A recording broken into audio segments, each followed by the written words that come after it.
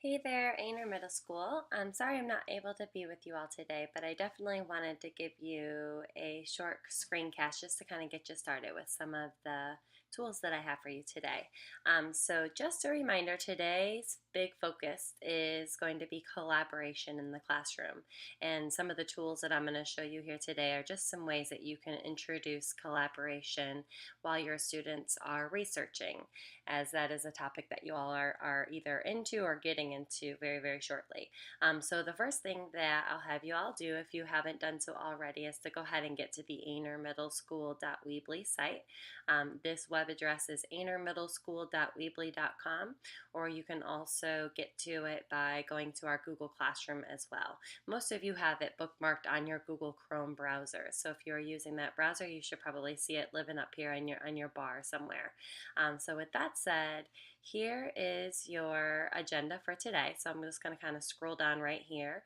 And ELA is going to be this portion right here. So it kind of goes down till you see it goes to social studies. So this will be what we focus on, and I just want to briefly go through what some of these tools are, just in case you are unfamiliar with them. Okay, so the first thing is I just put in some resources just to kind of have the conversation about plagiarism. I know that sometimes this is a topic that's hard to kind of get across to our digital natives because information does come so readily nowadays. So I've tried to think of some of ways that you could have this conversation with students and kind of make it into a game, or kind of turn it around where it's them kind of coming up with the norms and the thinking of what cheating and what plagiarism is. So feel free to use these tools if this is something that you think would work for you in your classroom. They are just suggestions and just ideas for you to kind of bring in with the whole research component. It just kind of, it's a good conversation to have with any student as you're starting the research topic in your classroom. So with that said, I have just the instructional definition of what cheating and plagiarism is. Always good to make that clear with students. And then here are some digital tools to kind of help with the whole plagiarism cheating thing. And these are tools for not only you, the teacher, but also tools for students to use as well. So I'm sure that these three are something that you've seen before. I'm not going to go through each of those, but feel free to click on them and open them up. And those are very easy ways for students to make sure that they're citing their sources and that there's no excuse for accidental plagiarism. There's some really neat features within Google Docs as well, which I'll jump into here in a minute just to kind of show specifically the features for plagiarism and cheating. Also, what I have here is a couple games for you to kind of go over these things with students. I feel like this would be either good done whole group, or you could also maybe assign it with like a small group as well. So when you click on these, they kind of open up to this idea. So this is a whole game that you can make out of it if this is something you want to use, or philosophical chairs is always a favorite amongst the younger populations as well. So this is kind of a neat activity that you can do whole group or small group, like I said, but it lists step by step what you'll do in order to play this if you're not familiar with it. So feel free to use either of those if that's something that you would like to use in your classroom. Also, what I have here are some of the Horry County Schools research tools. So we are all familiar with this, and students are familiar with this as well. So all the different places that they can get for research in our district that are linked to that puzzle piece that we all know about. And then I have some additional tech research tools that I'm going to kind of really quickly demonstrate here in a moment.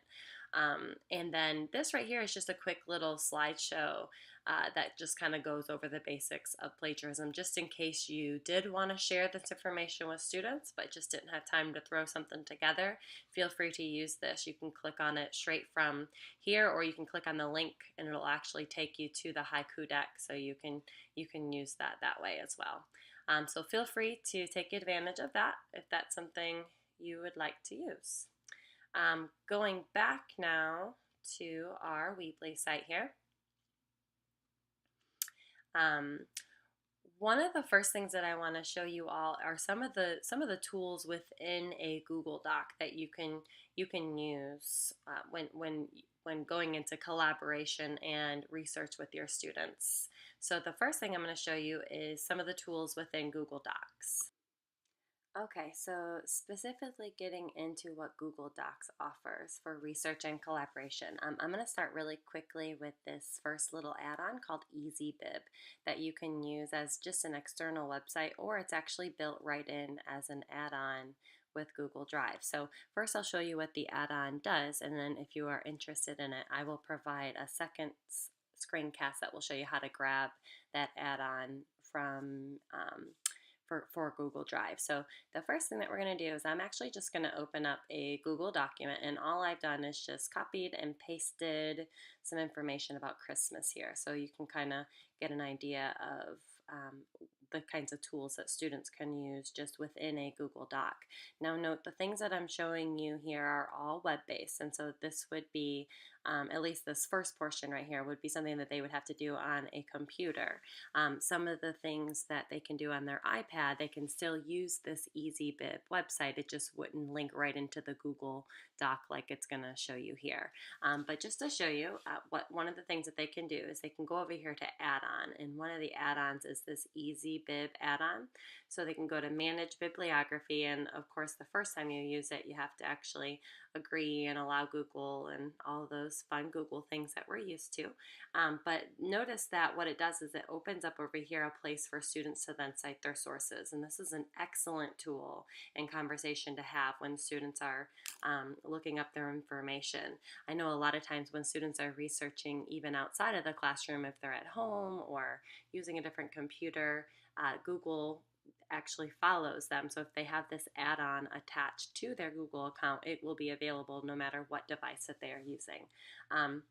So let's say, for example, I was looking for a book that was called Christmas Around the World, let's just say. Search, that was the name of my book. It brings up all the books possible by that title. So let's just say this is the book that I was reading, that I got this information from. I would just hit select, and then it instantly cites it for me. And then I can also right here change it. If you didn't prefer the MLA, there's all the different types that you can use here. So a really quick and easy way for students to add and to cite their sources. So when they're finished, then they can just copy and paste this information into their works cited page. Another thing that I really love this for is for websites. So a lot of times students are like, I don't know how to cite that, right? So let's just say they find something random on, let's just say, the Christmas story. I'm just gonna grab this link because that's usually what students do, right? Grab the first link. They can take this link just by going here to website, putting in the website URL. It gives them right away the site for the link. So it cites it for them. Then once again, they could just copy and paste that into their bibliography. So that is a neat feature to kind of use alongside of having that conversation with cheating and plagiarism and citing our sources. And that's built right into Google Docs, or you can also use external bibliography makers as well. A couple other tools that we have while we're here within this Google Doc. So I'm just going to go over a few. There are so many things that you can do within Google Docs, but I'm just going to give you a few options that you guys could maybe use for the collaboration piece. So for the first thing is you have all your different toolbar menus here. This is something that you're used to, very similar to Microsoft Word if that's what you're used to using, but this is like your toolbar for your Google Doc. And one of the things here that you can do is this is where students can count their words and all those things that they're used to doing. And notice now that there's actually a voice typing option as well, which our digital natives, our younger students are really grabbing a hold of. I've seen lots of projects done this way as well. Notice that you also have your add-ons. So any add-ons that you've added into your Google Docs, this is where they are going to live. So this is how I got to that Easybib Creator as well. Another add-on that I'm going to show you all a little bit later is this SAS writing reviser. And actually, I'll just really quickly jump in right now. So if this is something you're interested in, I'm going to actually create a separate screencast on how to grab this add-on. But just to show you what it does, when students open it up, what it allows you to do is to kind of analyze the paper that you've written, and it's very specific. It's really cool. So you can, if you're focusing on their sentences, whether it's too wordy, passive voice, repeated words, or maybe you're working on sentence variety. Are they simple sentences, sentence power? Are they all verbs, weak, hidden verbs? So you have all these sorts of things, sentence clarities, support tools, really, really neat stuff. So let's say that I was focusing on sentence power, and I want to, let's just say, find ways to make my stuff more powerful. So I'm just going to click on that and to see. Here we go. Actually, I'm going to go into sentence economy. This is the one I was playing with earlier. So let's just say as a teacher, I'm looking to see if this paper was too wordy before I turn it in, or if I need to maybe make some changes, so I can check my whole document for wordiness, and it will tell me specifically about it and kind of help me make my paper better. So look what happened when I looked at prepositional phrases. So it definitely found a lot of prepositional phrases, and when I go for each one, it actually specifically tells me where it's at. It also gives them more suggestions on how to fix that. You can go on to sentence variety. So there's all sorts of different things that you can choose here. So I chose for fragments that time, and it gives them specifics on how to fix that. So another really, really cool tool that you can use within Google. And I'm actually just going to go up here and clear out my highlighting to make it new again. One other feature that I want to show you here within Google Docs is this Explore feature. So notice right here there's this Explore button in the bottom right hand corner. It kind of just pops out. You can also get to it here for under Tools. So I've started writing my paper about the Christmas story, and I'm just stuck. I don't know where in the world to go next. This really helps students kind of tie in all elements that they've discussed in their paper or their research. So if I go to Explore, notice what happens. It automatically pops open and it tells me or notices which topics I've been talking about in this paper. So Santa Claus, reindeer, sled, and it's offering me kind of the next steps of where to go. So maybe I've talked about Santa Claus, but I know I don't have much about sleds yet. So I can click on sleds, and it goes off to other information that you can use. So let me go here to reindeer. More information that I could include into my paper or my story about Christmas. Specifically, you can go to images and all sorts of things. So a really great way if students are struggling with what to include into their paper. So another neat feature that you have built right into Google Drive as well. Okay, so I'm going to actually X out of here and go back to the agenda and go over a couple other tools that I have for you today. So I'm going to click here, and so I'm actually going to focus right here in these tech research tools now. We've already gone into a Google Doc and looked at the research tools that were offered there. I want to quickly show you this Google Scholar. So Google Scholar is really neat as well. So if you click on that link, it's going to open you up to a Google browser, but it's specifically for searching for scholarly articles and artifacts. So if I wanted to make sure that these were legit articles, kind of similar to what we do for our puzzle piece for students in their research, but if I wanted specific information from Google, I could be a little bit more specific with using Google Scholar. So I can say specifically what time, if they have patents, if they don't. So notice that these are going to be all really credible sources that students can choose from. So this it's a search engine, but it's specific to doing research, and so it kind of allows you to also keep your citations. And so if you wanted to keep, as you're doing research, you wanted to kind of keep an ongoing list of your sites, this is another way for you to do that. So it's a really cool tool, and that one's called Google Scholar, and I have that linked right in here as well.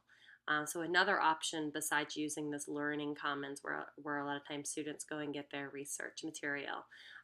Advanced search in Google, if you weren't familiar with this, I'm sure you've used this before, but if not, this is another really neat way for students to narrow down what it is that they're looking for.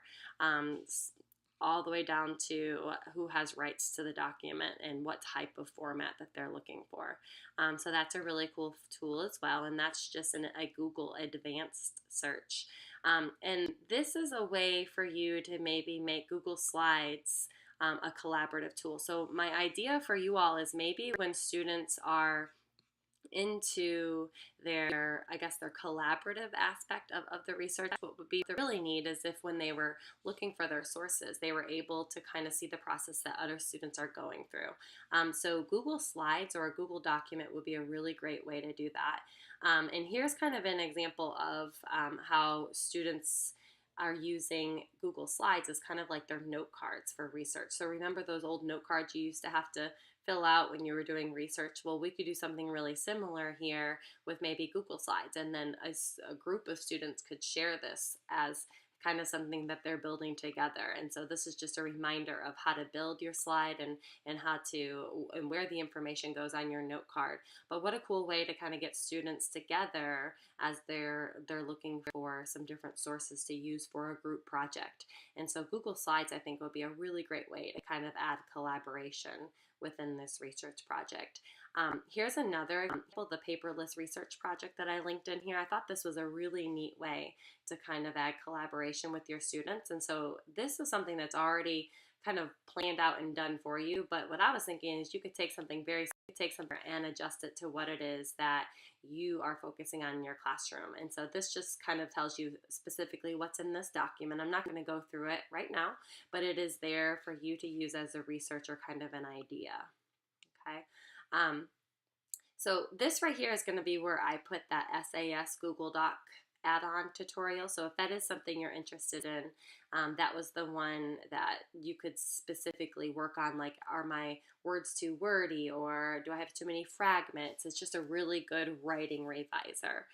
So that would be a really cool feature as well.